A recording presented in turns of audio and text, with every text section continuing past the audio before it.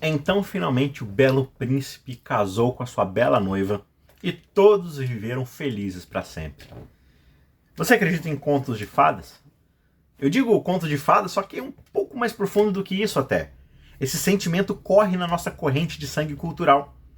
Ele percorre a nossa literatura, nossa música, nossos filmes, nossos valores mais profundos na vida. Nós temos essa crença de que quando o homem e a mulher se juntam, isso é o máximo dos máximos, o mais feliz dos finais felizes. E Jesus nos diz por que nós temos esse sentimento.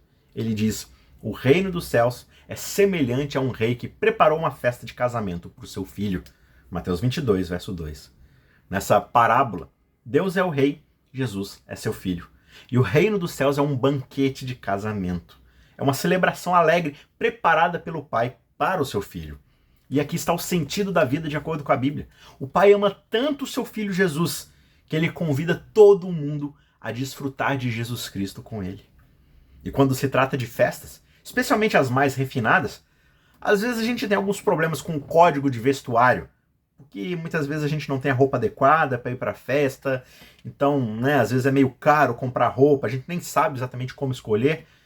Só que nos tempos bíblicos a vida era um pouco mais simples para os destinatários dos convites. Os próprios servos de quem convidava levavam o convite pessoalmente.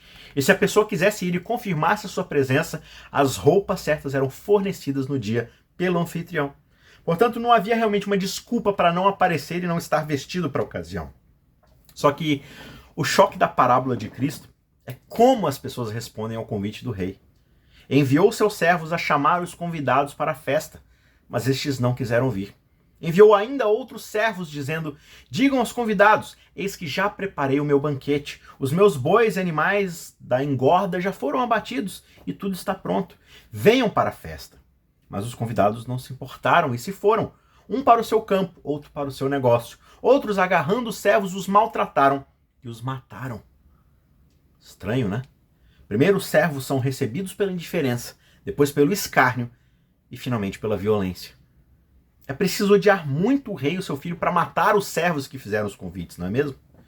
Isso é alta traição, no mais alto sentido. E ainda assim, Jesus está simplesmente recontando a história do Antigo Testamento até aqui. Profeta após profeta convidam o povo, e profeta após profeta são recebidos com indiferença, ignorância, escárnio e, finalmente, ódio e violência. Eventualmente, o rei responde.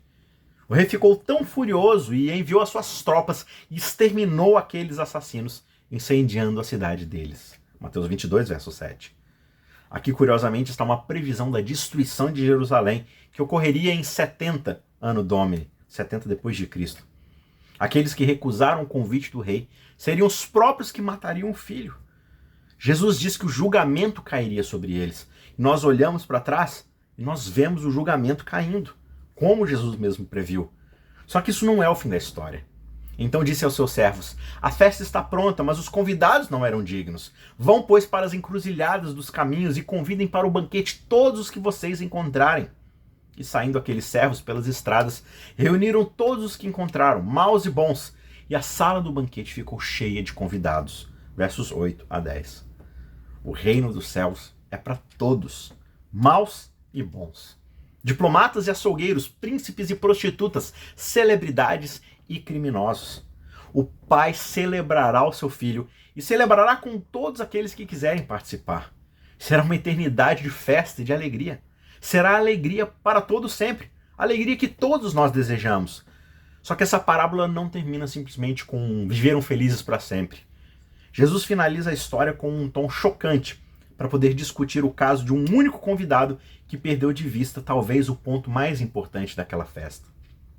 Quando o rei entrou para ver os que estavam à sua mesa, notou ali um homem que não trazia veste nupcial e perguntou-lhe: amigo, como foi que você entrou aqui sem a veste nupcial?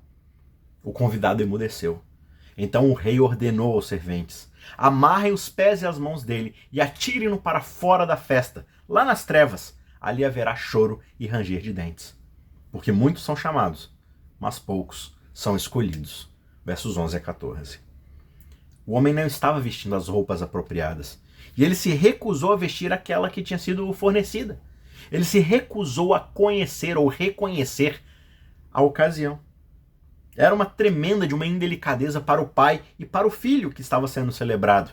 Portanto, ele é expulso da festa. Sabe, o céu é uma festa. Só que não é uma festa qualquer. É a celebração de Deus Pai a respeito do seu filho. Os muitos que são chamados não são chamados a um lugar de bênçãos abstratas e de prazeres gerais. Os escolhidos são aqueles que não apenas celebram a ceia, eles celebram o próprio filho e reconhecem a sua dependência dele. A própria essência do reino é um amor e uma honra total para Jesus. Se nós não quisermos reconhecer Jesus, então nós podemos ser chamados. Só que nós não fomos escolhidos. Mas então, por que nós não reconheceremos Jesus? Especialmente quando nós compreendemos o que ele fez para nos convidar. Na história, ele envia servos. Só que nos evangelhos ele veio pessoalmente. Ele é o convite pessoal de Deus para entrarmos na festa. E tudo o que ele faz nos chama a atenção. Na cruz ele voluntariamente tomou sobre si o nosso julgamento por alta traição celestial. O grande esposo foi amarrado de mãos e pés e arrastado para fora da cidade. O filho real do pai foi lançado nas trevas do lado de fora com lágrimas, choro e ranger de dentes. Ele foi despido para nos providenciar a vestimenta para a festa. Jesus sofreu o inferno para nos trazer o céu. Ele foi expulso para que nós pudéssemos ser acolhidos e convidados. Ser escolhido não se trata de procurar dentro de nós para encontrar qualificações para entrarmos na festa. Nós nos encontramos escolhidos quando olhamos para Cristo e os nossos corações são conquistados pelo esposo celestial. As roupas já nos foram dadas. O convite já foi despachado. Todas as coisas estão prontas. Apenas venha para celebrar esse casamento.